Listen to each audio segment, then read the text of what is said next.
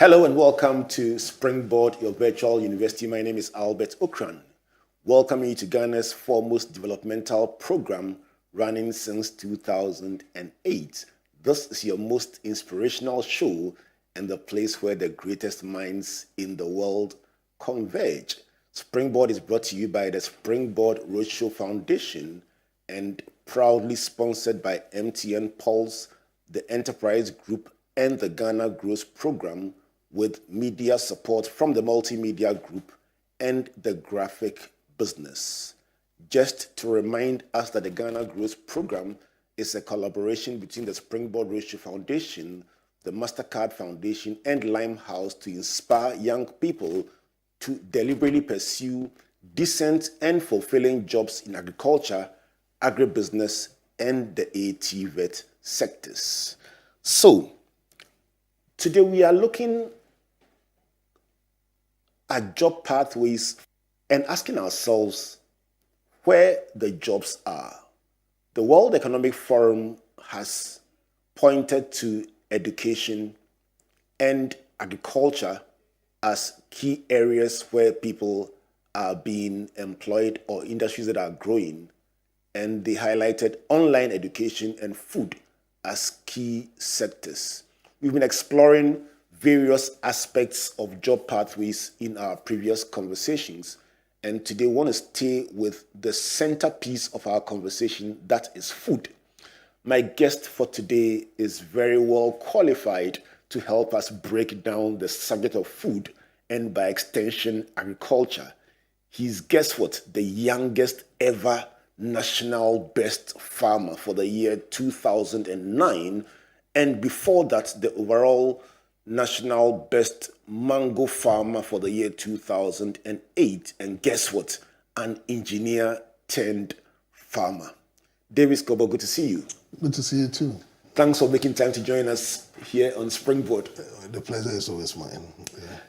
You know, food is a very, very, very engaging subject. Somebody said to me, you guys talk, and talk, but when you finish, you have to eat. Exactly. How big an issue is food?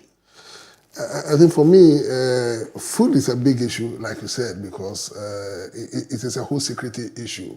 Wow. And let's take it from this angle. If I tell people that if you are not able to do anything for anybody at all, and you're able to put a 3 square meal on a person's table, I don't think that the person will frown. But then if the person is hungry, eventually the person will come after you. And that tells you how food is very, very important.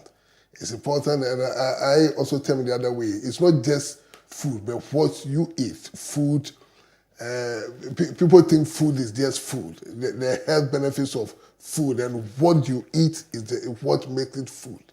Is it wholesome food or unwholesome? Where are you getting all those things from? These are all the things that qualifies into. So food, like I said, is a whole security issue. And if you ignore that, there will be chaos. One tends to wonder, considering how important it is and the number of predictions that we have had about a potential global food crisis, why we are not, or many nations are not going back to basics and saying, listen, there are several national issues, but let's deal with at least the most common human need, what to eat. Why do you think we are not prioritizing food and agri enough? Yes, for me, I term this as policy harmonization issue, because I think one needs to be focused to be able to tackle food issues. And to tell you what, since I tell people that the Ukraine war is a blessing in disguise to those of us in Africa, because we have the weather goes for us, we have the land, we have the rivers, we have the manpower as well. So by this time we should have turned the whole Africa, and let me limit it to Ghana, as to food hub where we could produce and also add value and ship back to most of these countries to rake in foreign exchange. But the mindset, for instance, if you take the youth, for instance, people thought when you think about agriculture, it's a whole entire value chain. And people end up thinking that it's a whole and colors issue where you go to the farm and weed and the whole lot. So they are basically not even interested. That is why, if you look at the data, we have a lot of old age, how do you call numbers in agriculture as against the youth. If you prioritize, it's about 80%, 80 to 20. And if care is not taken, in the next 5 years, we won't have food to eat, because once they are unable, those people are unable to practice agriculture again, becomes an issue. But then the value chain is what we need to look at for our youth to be able to tap into. And once that is done, then before we'll have a comprehensive food policy. Because when you ask, I mean, I mentor a lot of youth every now and then, and until they come to the farm and work for some months and also start making money, then they go and change their mind. Let me tell you a story. I used to serve on the University Council, Faculty of Agric and Consumer Science. And the Honorable Finance Minister was my boss at the time. I was the youngest on that council. And I realized that at that time, most of the university graduates were exiting into the banks. So what I did at the time was to have another way. And fortunately for me, I was the best farmer at the time. And so when I got my chance, I said, look, let's have a model where the last final year agri students will be attached to the award winners for them to mentor them. So we started this, we got some sponsorship from GIZ to do that. Finatrade, where Awuni was also sitting on the board. And the subsequent years, you saw most of the graduates now exiting into mainstream agriculture than the banks. And why? One will ask why. Because they saw role models.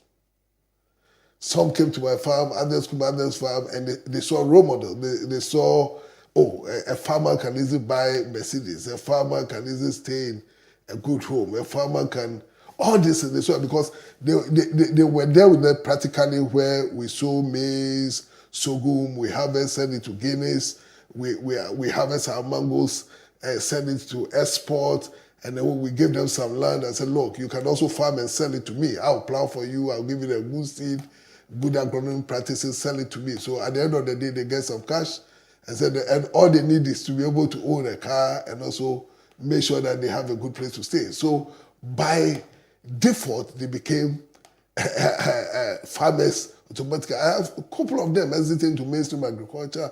Either some are proper farmers, others are into the standard maybe certification, others are into input dealership, others are into haulage and other things. It is a whole value chain, but we end up narrowing ourselves to only the farming aspect of it, and even that it looks like colors a whole sort of thing, which is not sexy enough for the youth to be able to attract them. And like I said, once there's role model, they are able to adapt. This is Springboard, your virtual university, talking today about the beauty of agriculture with my guest, Davis Korboe, former national best farmer for the year 2009. Davis became best farmer at the age of 33. No, this is best farmer 33. 2008, 34 national overall best mango farmer, and then 2009, 35 the overall best farmer. 3 years back to back of national and in 2010, recognition. I became the National Young Entrepreneur Agri category. You love what you do, don't you? Very. Yes, it's a passion and discipline. I was telling the previous agri minister that when government asks all the youth to go into the agriculture, I don't believe that. There's one thing that you need to qualify with, say, people with passion, because agri is a very, very disciplined area. Because if you have to weed at a particular time, you don't have to postpone. If you have to apply fertilizer, you don't have to postpone. So it means you really need things, you need time to be able to do that. So it's a whole mindset where you need to conscientize yourself and also be disciplined. So once you have the passion, you love what you do, and exactly that's what I do. I didn't like electricals because I realized that it doesn't have future in Ghana. I say this always to my colleagues. It's either you go to the ECGs, the VRAs, and the whole lot. And For them, there's cap on it. So once employment is freeze, it's freeze. There's nothing you can do. And you and I sitting here, we didn't go for a proper engineer, qualified engineer to go and wire your house. We go for the wayside electrician. So I felt, look, that's the end of the game. Let me do something that will bring change to society. Let me bring something that will impact positively on society. Let me do something that will put good money in my pocket. And that's exactly what I'm doing. You have become an ambassador for food and agriculture by extension. But let me roll back to my younger days, especially going into secondary school, Davis. In those days, interestingly, there was the Cocoa Marketing Board Scholarship. And in those days, if you had a relation who had a farm, in my case, my grandfather, you qualified to apply for a Cocoa Marketing Board scholarship, and your boarding fees were paid by the government. I was fortunate to get one, and my mother at that time, who was a single mother looking after me, was very, very happy to apply for that scholarship, and it helped fund my education in infant school. So I'm still here, and I'm a product of the agricultural sector, my education. What do you think of that? Yeah, I'm happy to hear it because I also went through similar.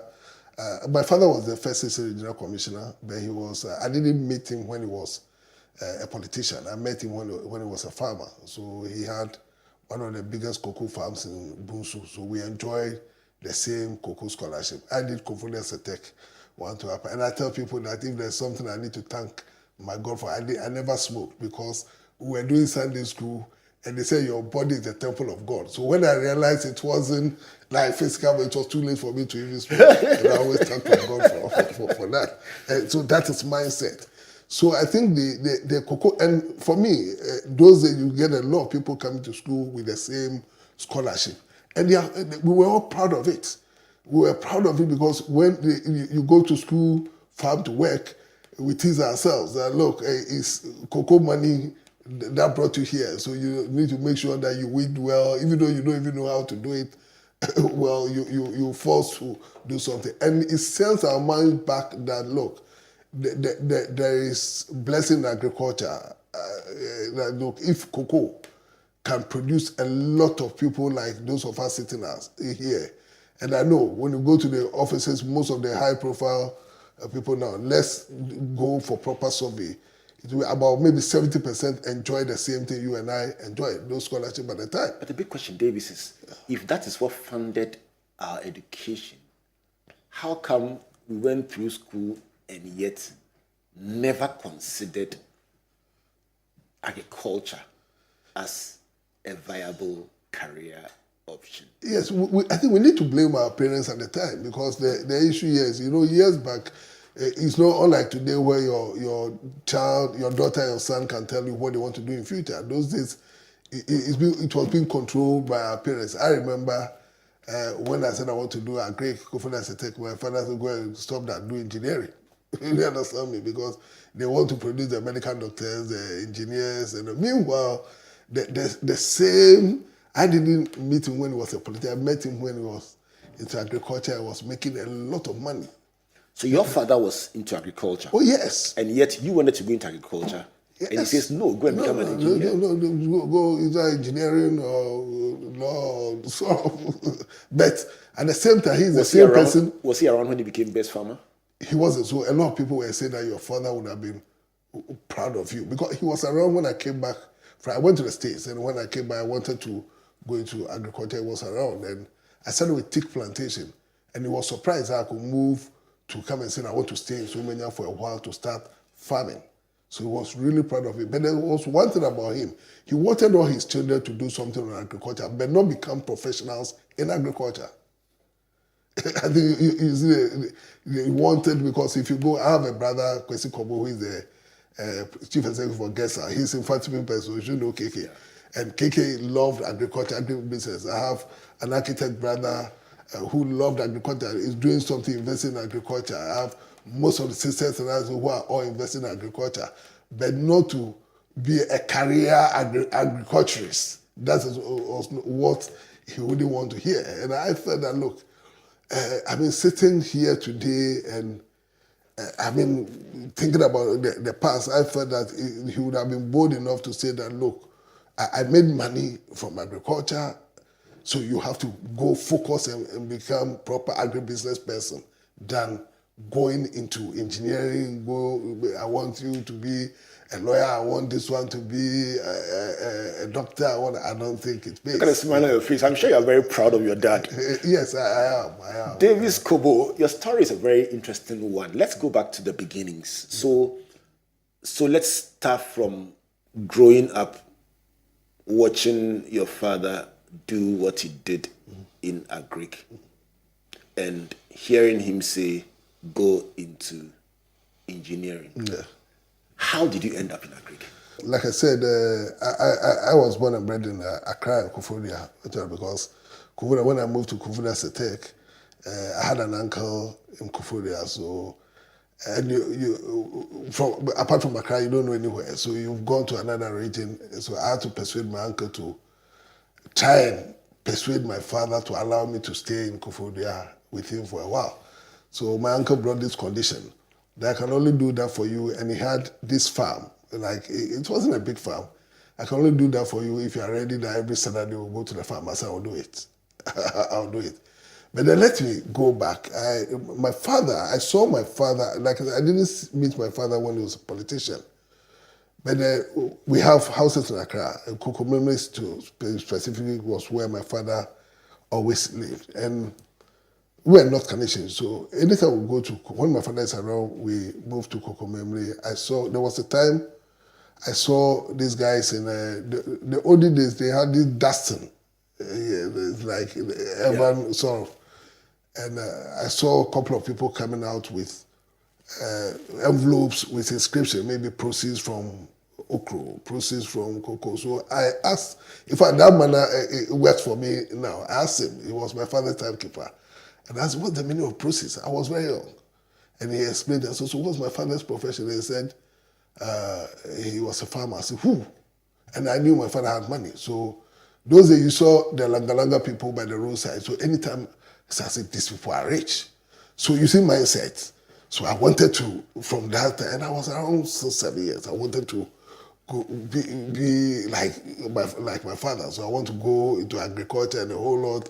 The common entrance swept you to Setek, up to all the way up as you leave to go and do engineering and that. But I still kept my promise that, look, I want to be a farmer. So what, at age 6, you saw envelopes being, people rendering accounts? Rendering accounts, yes. Because I didn't know what you were labeling. So you saw the label, because proceeds from various farming activities. Yes, so they have the label, then they have a book, like a big book. So everybody had your book and the envelope, huge envelope with the inscription on it, and they call them one by one after the other. You come, you render. So what they say, your father is a farmer. So my father is a farmer. So all this money from farms, they say yes. So I remember, I said, look, I want to be a farmer. So you see what role model can do. Yeah. So I said, I want to be a farmer, change of mindset. I want to be a farmer at the time. But like I said, when I had the chance, Koforia as a tech, when I was choosing from Form 3, you need to choose your career. Either you go into engineering or other way. I said the agric. I said, look, go to AEB. So that because I wanted to be an engineer. So that is the story. So I saw my father as a role model, and I wanted to do what he was doing because I saw money. But he said, go, and maybe out of his own wisdom, he knew why he wanted to drive me to that path. But here I see today, doing a lot in agriculture. But my friend Kofi Dazi and a number of proponents argue that engineers, Lucy Quist, argue that engineers make very good managers. So maybe your father was giving you a chance to study engineering and bring the management thinking into what you are doing now. Exactly what I was driving at. That maybe, so in his own wisdom, he knew what he was doing. Because maybe he realized I have a passion in something, but then that might not be the final thing I wanted to do. But then go and maybe clone yourself, if I have to use with other things, and come to become a good manager. And here I am today. 2010, President Kufuor won the World Food Program award. So, and it was a study case on Ghana, how the Farmers Day celebration and the whole lot. So that was because he wanted to change the economy and also make sure that we had a lot of food. So he was invited by Washington, and I was the best farmer at the time, the reigning best farmer, because 2009 December and 2010. So I was invited by the White House, and so I was flown in myself. Honorable Kwesi was the Minister for Agric at the time, so he represented President Mills. Then Chisano, Thabo Mbeki, Obasanjo, who are very good friends, and the Silva de Lula from Brazil. And I remember that everywhere President Kufuor went for the presentation, he will have to go with me in Iowa. And I was flown. I tell people that even though I've been, all those years I've visited America, but the first time you land on the tarmac, they put you in another flight and fly you straight to Iowa because you were invited with top security and everything. I felt so good. That's wow. This is, and I was on the same floor with Obasanjo, President Obasanjo, Thabo Mbeki, De Silva, and President Kufuor himself. Whereas Kwesi Ahoy and Co were down the floor. And it must have felt very good. Very good. And Obasanjo asked me the same question. Why? If I want to imagine, he said, how many acres do you have? Obongo, I said, 1,200 acres. And so, okay, then said, then he mentioned, I have sometimes 100,000, you know how they speak, 1,000 hectares. And I was like, wow. They say, I need to do something for me. But what sent into agriculture? So I narrated my story and said, you are the agribusiness person. And I said, and I can tell you a lot, you do more. I didn't know that I was even going to do more and expand to the north and other things. The reason why I'm saying this is because there are a lot of opportunities out there in agriculture. It depends on how you handle it. And it depends on how you want to carry it out. Carry it in the sense that you need to be able to change your mindset, see it as something that will bring you a heavy breakthrough, and be disciplined. Once you're disciplined, your focus and passion is there, you make it. And that's exactly what I did, and I'm still doing. Wow, what a story. If you just joined us, this is the story of Davis Korboe. He tells us the genesis of his farming and his agricultural life from the age of 6, just watching people render accounts to his father of agricultural ventures that they were undertaking on his behalf, and he seeing the cash and saying, this should be good, and how he ended up in engineering in response to his father's direction, and how venturing back into agriculture, the climax for him was being invited by the White House, flown all the way to the USA, and hobnobbing with presidents and sharing a hotel floor with them, and also sharing his story with them. If you are listening to us and asking yourself, what can I also do in the agribusiness value chain? After the break, I'll be asking Davis, what are the job opportunities in the entire value chain? And even more importantly, what must a young person do to enter and excel in it like he's doing? Please don't go away.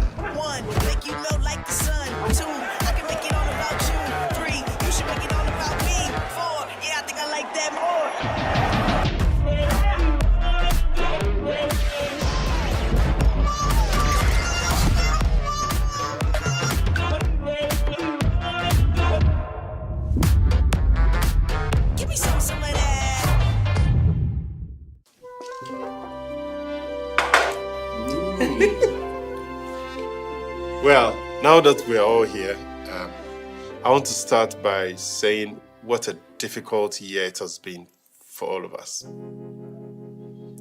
But then there's also a lot to be grateful for. You know, like when I bumped my car into a taxi right at our junction, and the insurance company paid my claims the very same day. And remember the surprise cash bonus we received for our funeral finance plan? That is what sponsored our trip to the beach. And the song we sang all the way to Pram Pram. I'm also grateful that every passing year brings me closer to enjoying the retirement benefits I have contributed so much to. And how since I started working from home after the COVID pandemic, I've been taking better care of myself. Even my doctor can attest to that. Speaking of that, I'm very grateful to the team at Transitions for giving Grandpa a befitting send-off. Well, on a happier note, I am grateful to have found an affordable office space to rent at Advantage Place. Enterprise, your advantage. Welcome back to Springboard, your virtual university, with my guest Davis Korboe, former national best farmer, telling me about the beautiful world of agriculture. And I'm just enjoying Davis as he walks me through the story of his life. Springboard is brought to you by the Springboard Rotary Foundation and proudly sponsored by MTN Pulse, the Enterprise Group, and the Ghana Growth Program. And Davis has been telling me so far about food security. His first point is that food is a security issue. You ignore food and there could be chaos. His second point is about global demand. He says the Russia-Ukraine war could be a blessing in disguise because the food shortage created globally could be filled with our produce, especially if our young people will turn their attention to farming and to agriculture as an opportunity. The third point is about role modeling, and he says that he helped place students of the University of Ghana on attachment with award winners, and that give many of them direct access to the work that goes on in the industry in agriculture, and helped many of them go into mainstream agriculture and also into the extended value chain. The fourth point, I love that, it's about passion and discipline. He says agric is not just for everyone, it's for those who have passion for it and discipline, because it requires timing and discipline to do the things that you do in agriculture. If you are not that kind of person, please kindly stay away. The fifth point is about the Cocoa Marketing Board Scholarship. The irony of the fact that a number of us had a chance to be educated by Cocoa Marketing Board scholarships in our days in secondary school, and yet did not consider going into agriculture as a career option because of perception. The sixth point is about first impression, and I love that one. He says at age 6, just seeing people render accounts to his father for agricultural ventures made him consider that that could be a profitable career to pursue, and that was just the stamp in his mind, that first impression. The seventh point is about that international recognition, that high point where you get to, for the first time in your life, be with presidents from various countries in the USA for the World Food Program Awards, and just telling himself that it's agriculture that brought him there and gave him that platform. And that is one of the high points of your career so far. So, before we went on a break, I was saying, Davis, that when we come back, let's talk about job opportunities in the sector and what young people must or can do to be able to find their livelihood and live out their dreams in the sector. Are there job opportunities in the sector? Oh yes, a lot. And I think when we started this conversation, I said that there's a whole value chain thing. So it's not just about the actual food you see, but there are a lot of things that are behind the scene that makes the food you see things happen. For instance, we have people can tend to be horticulturists, and what is a horticulturist? I mean, there's a practice of garden cultivation and management. So you can toe that line. others can also go into the certification, because I spoke about standards. And so one can be trained to become a certifier. Because, for instance, if we are shipping outside the country, you need the likes of the global gap and other things to do it, fair trade, and so people can be trained to also take advantage. And it is not small money. I mean, they charge huge. So that puts you on, even the Guinness, we supply maize and sorghum to Guinness. It still goes through the same certification process. So you can have people doing that. One other thing, you can also get our youth to turn into extension officers, because now even the government is struggling raising extension officers. So if you become a professional extension officer, a company like myself can hire you to periodically come on the farm or to do things for us. It gives you money. Haulage is one other thing that people can also go into, because we have the coaching and other things. You can tap into what you think that, because, and that was the one why I spoke about passion, where you think that you can operate best is where you have to. Then artificial intelligence and also agriculture.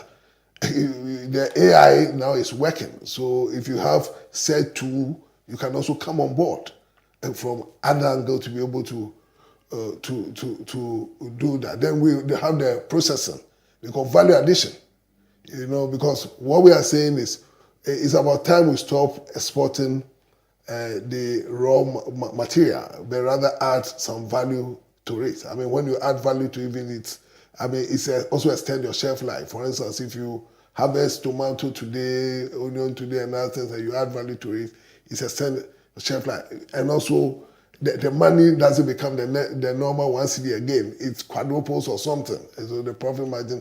So these are all the things that machine operators and there are a lot of things. You can even have a mechanization hub where all you do is maybe you have the equipment, the tractors and that thing. Now government is doing certain, so the youth can come together, form a company and approach government. That is what we want to do. We want to have mechanization extension services where you have your tractors, you have your dozers and other things to deploy services to the farms. And I know the donor, how do you call it? The donors are paying a lot. They pay through government for such services. So there is a lot on the value chain where one can tap into.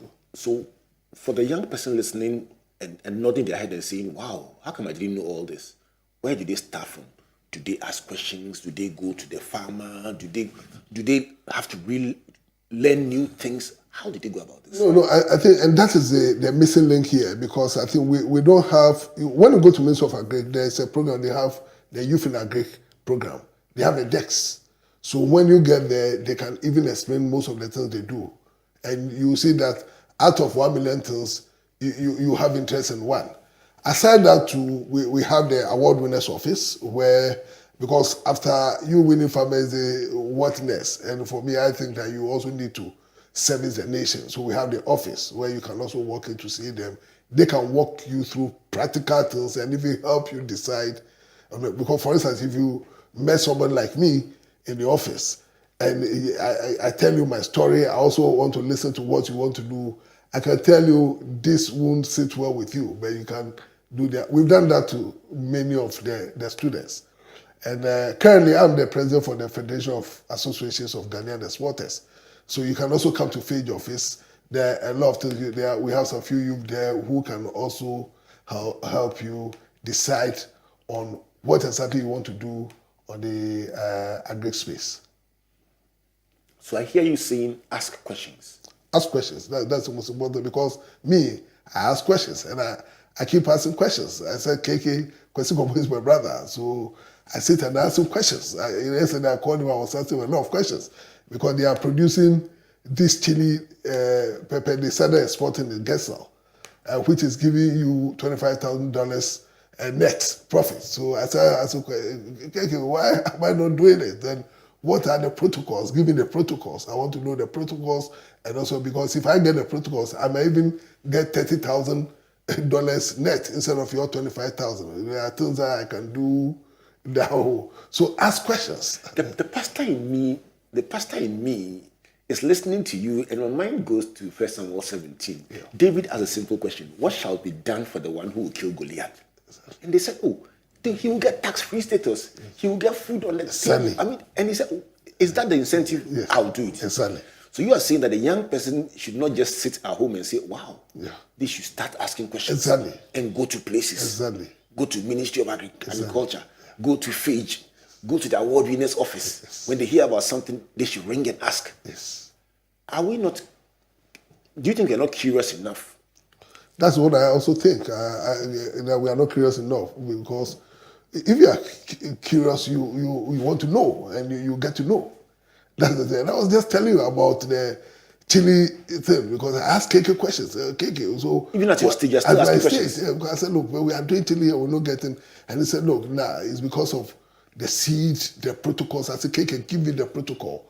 But the seed, I want to get the seed from the same source. Give me the protocol. But I can assure you, I will get more than the $25,000 net.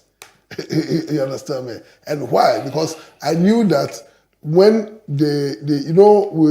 vegetables were banned some time back, then when during 2017 or 2018 the ban was lifted, and part of the condition from the EU is for them, those who are producing chili shouldn't be produced on the open field, I think from 2025. So quickly, but a closed environment. When you talk about closed environment, it's either greenhouse or shade net. It's not necessarily greenhouse. So how do you balance it? Which one gives you maximum profit? Which one gives you, you invest less, but you get more money and a whole lot. So these are the dynamics. So Gessel decided to do the trials, and it went very well.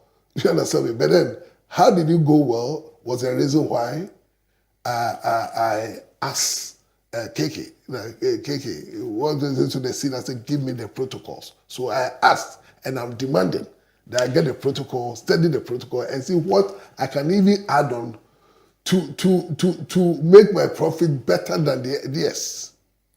I look at how much you have achieved and how far you've reached, and the fact that you are still asking questions and insisting on getting to understand the protocols. And I'm telling myself that for anyone who is starting out, there's no excuse not to ask, chase, follow, pursue. Pursue, that's the word. To get the opportunity. Exactly. Davis, let me go to the widely held notion that there is global food insecurity. There's a global food war or food crisis being predicted within the next 10 years if nothing changes. Mm-hmm. I know for many people it's a threat, but for you it must be an opportunity, isn't it? Exactly, that's what I said. They should do their geopolitics, whilst we also cash in. You understand me? Because help me to understand what it means, what they are saying. What are they suggesting? Russia is fighting Ukraine, and the Houthis get to China, and so they are doing their geopolitics. And of course, we get most of our grains from Ukraine. Russia fertilizer is coming from there. We also have to sit and re-strategize, and that's because we have the weather goes for us, even though there's climate change. So we have underneath water. I tell people that water from underneath is better from water from above, because the thing is, underneath water you can control. You can control when and the window that you want to produce to ship to maximize your profit. You understand me? But water from above, you can't tell God not to rain. So when it's raining, now, so we have the weather, we have the, even though like it's a climate change, we still have the weather to advantage. We have the land, we have the rivers, we have the manpower. You understand me? And we have everything that goes for us, because we have the passion. We have people who really want to go to agriculture. If there's one thing I've done right, and I'm happy, is to change the mindset of people to consider agric as against other thing. And since I won Best Pharmacy, I've seen a lot of people, well-educated ones, moving to agriculture and the whole of. For instance, now we are producing a lot of local rice here. Yeah. All we need is investment. We need to pitch. We need to go and pitch. I mean, go there, ask them to redirect their focus to here, because they don't have the land. They still have there are geopolitics where they are fighting, so they are not getting clean sheets on things. So why don't they come, because we have the land here, and partner me, invest here, and make sure I ship their food back to them, better at a higher cost, value, add value to it, and make good money. It curtails the constant depreciation of our cedi to the dollar. Because once you rake in the dollar, I mean, this IMF thing will be a thing of the past. So these are some of the things. I mean, we need to cash into the current situation and make sure that we can only do that when we use the youth. And that's what I'm saying, that telling the youth everybody should go to agriculture is one thing I don't support. But then tell them there are opportunities in agriculture. Let them have mentors. We mentor them. Those who have passion will definitely come back to say that really, I really want to do it, because they have the power to be able to change things. Somebody above 60, 70 years, you've done your bit, so you can't change things done. So because now they are using the social media wisely, if they use it wisely to do things, it even go for them positively as far as agriculture is concerned. So these are some of the things I think that we should be looking at. Then we should try to promote our youth, stimulate the system, and make sure that we promote the youth. That is what I want to say. All right, so this is Davis's prescription for getting the youth engaged. He says asking the young people to go into agriculture just like that will not work. We must sell them opportunities. Let them see the opportunity. Once they see it and they have mentors to look up to, the mentors will guide them and they will go into it. But for them to go into it, they must have passion. The passion bit is very important for him. He says if you don't have passion, please leave agriculture alone. And then he also highlights the importance of communication.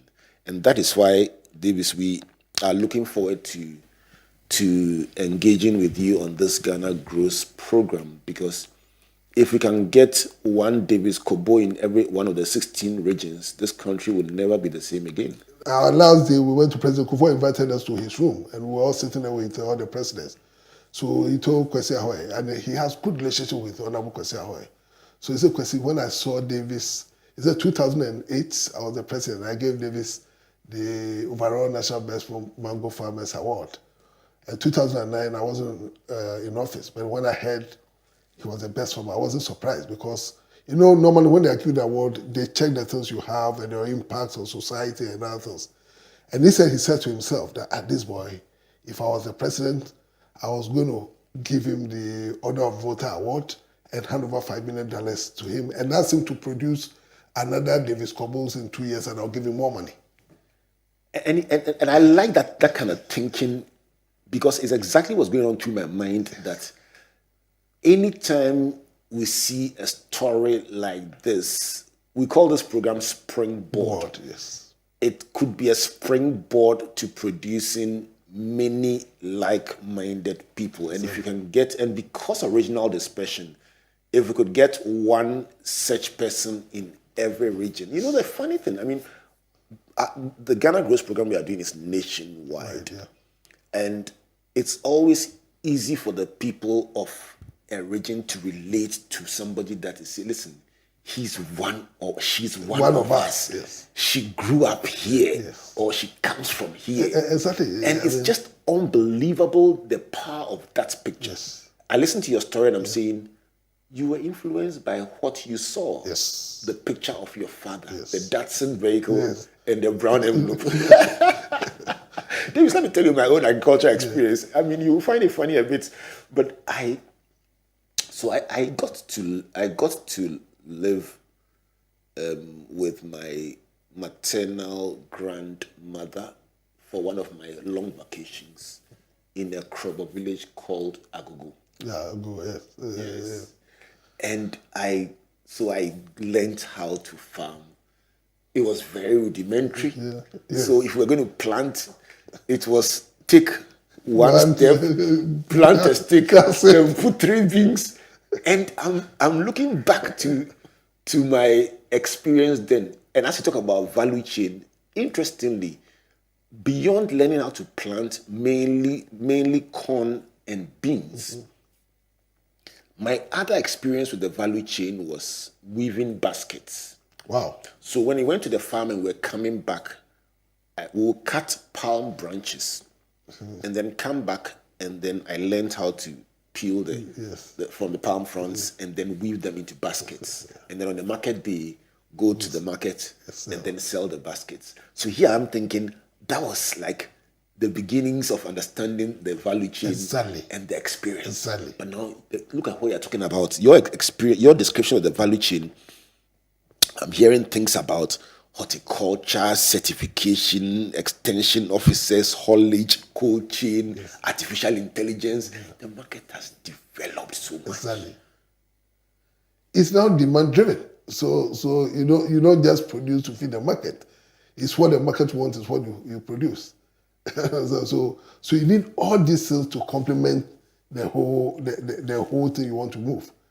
And for me, I think that this is their time. If I tell you what, everybody asks me, I said, the youth, this is the time for you to embark on an agribusiness. This is the time for you to embark on an agribusiness. And I think the only way to do it is, you can't do it individually. I mean, come together, like-minded guys who come together, walk straight, come and ask questions. You establish a whole company. Then you move from there. We for Federation of Association of Ghanaian Exporters, we've established an export club with Fidelity Bank. We are going to adopt this, all because of this. We want to do this to rope in a lot of youth to be able to take advantage of a proper agribusiness where they tap into any part of the value chain.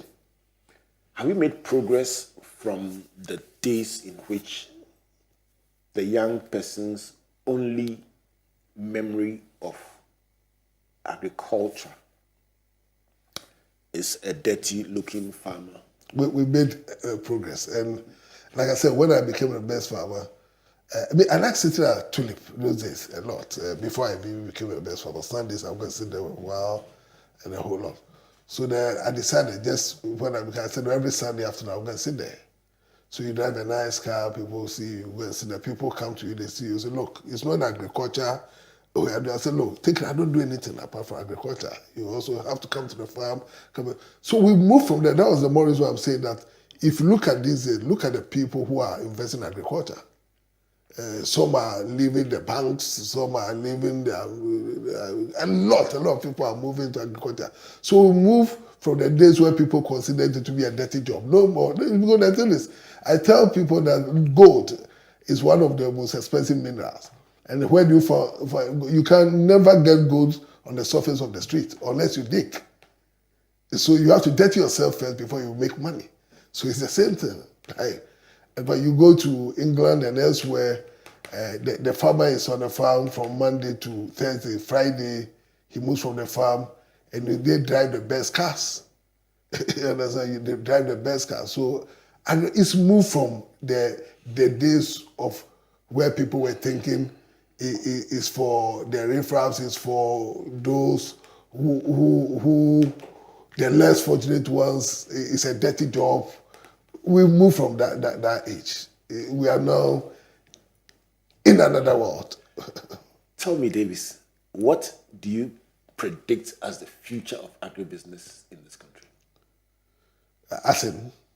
What's your prediction going forward? What do you think? Is it going to go stronger? Is it going to get very powerful? It's going to go stronger. But I also think that that was the more reason why I said, look, policy harmonization will help. If all the other institutions tap into one and think that this is the direction we want to move, that will really, really, really help. Because as it stands now, even though there's future for agriculture, if we don't put in our all, it becomes difficult. Because you see, funding is becoming more of a problem, and you can never talk about agriculture without talking about funding. So if we don't make funding available for our youth, then that becomes a bit difficult. Yesterday we launched what we call the International Coconut Festival at the trade fair. I'm the chairman of the African Coconut Group, and everybody was there. World Bank supported us. And I was telling them a story. And do you know how this Coconut Festival came about? We were in Toronto, we were always going for this coconut fair. And I realized that these guys, you don't have coconut. Man, you've been having fair, moving all this traffic. So we walked straight. We booked appointment with the mayor of Toronto. And we went there to pitch. Then it's okay, come for dinner. He brought all his guys, we pitched, and they said, okay. So then they will allow us to have the International Coconut Festival in Ghana where they move the traffic. This year is going to be our third year. We move all the traffic from Canada and Indonesia and things to Ghana. You just have to ask a question. Exactly. Ask a question. Ask a question and let them know what you also have. You understand me? And I said, okay, I have the weather. I have been producing the coconut. So I think that I should rather be hosting the International Coconut Festival than you. You understand me? Where we all come together, do it. You bring your machinery and other things. You see, so this is the power of me moving something and making sure that the youth tap into it. And anytime you come to any of our festivals for the past year, you see the youth, a lot of people coming, University of Ghana, coming to understand this, see what we are doing, and are taking advantage of most of the things we are doing. Obviously, Davis, your story is one of exposure, education, entrepreneurship, Exactly. confidence, Yes, that's the word. accomplishment, and curiosity. So you keep asking questions and exploring new opportunities. But ultimately, I see also a heart for mentoring Yes. and raising a new generation of agribusiness champions for this country. Exactly. Make me a promise, Davis, that we'll have this conversation again and explore wide opportunities for young people to venture into agriculture, and probably bring a couple of young people to the studio, sit with them and sit with you, and let's talk and let's engage the issues further. I was rather going to ask you to make you a promise that this is not going to be the end of this conversation. So that brings us to the end of today's conversation, but the promise has been made and accepted that we will do this again. So if you've just been listening along the line, my guest for today has been engineer turned farmer, the national best mango farmer for the year 2008, the overall national best farmer for the year 2009, and several other awards, one after the other. But Davis Korboe has been telling us 12 things that I would like you to continue discussing on social media as we engage this very important subject. The first is about food being a security issue, something that is very important that he has established.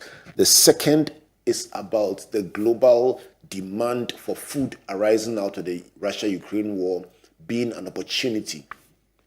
The third point is about role modeling and the fact that just allowing young people from Legon to interface with agricultural ventures has helped many of them to step out into mainstream agriculture and the value chain. The fourth is about passion and discipline. If you don't have them, leave agriculture alone. The fifth is about the fact that many went through the CMB scholarship through secondary school and somehow never even considered agriculture. That was funding their education as a career option. The sixth is about his first impression about agriculture being informed by seeing people render accounts to his father with brown envelopes of work that had been done in various farming ventures. The seventh is about international recognition, that World Food Programme Awards, and hanging out with various presidents. The eighth is about the breadth of job opportunities in the entire value chain, including AI and all the ones you mentioned. The ninth is one of the interesting lessons from this conversation, Davis, and he keeps saying, ask questions. Ask questions. Why, what, where, whom, how, which, just ask. And he says, if you go to the Ministry of Agri, go to the Awardiness Office, go to FAGE, and wherever and whenever you see anything, just ask. The more questions you ask, the more answers you will unravel. The 10th is about the fact that while they are predicting global food crisis, we have the land, the weather, the rivers, the manpower to take advantage of it. And to do that, we must engage our young people through showing them opportunity, mentoring them, stirring up their passion, and communicating with them so they can seize these opportunities. The 11th is that we've come a long way from where agric was seen as dirty farmers with no future.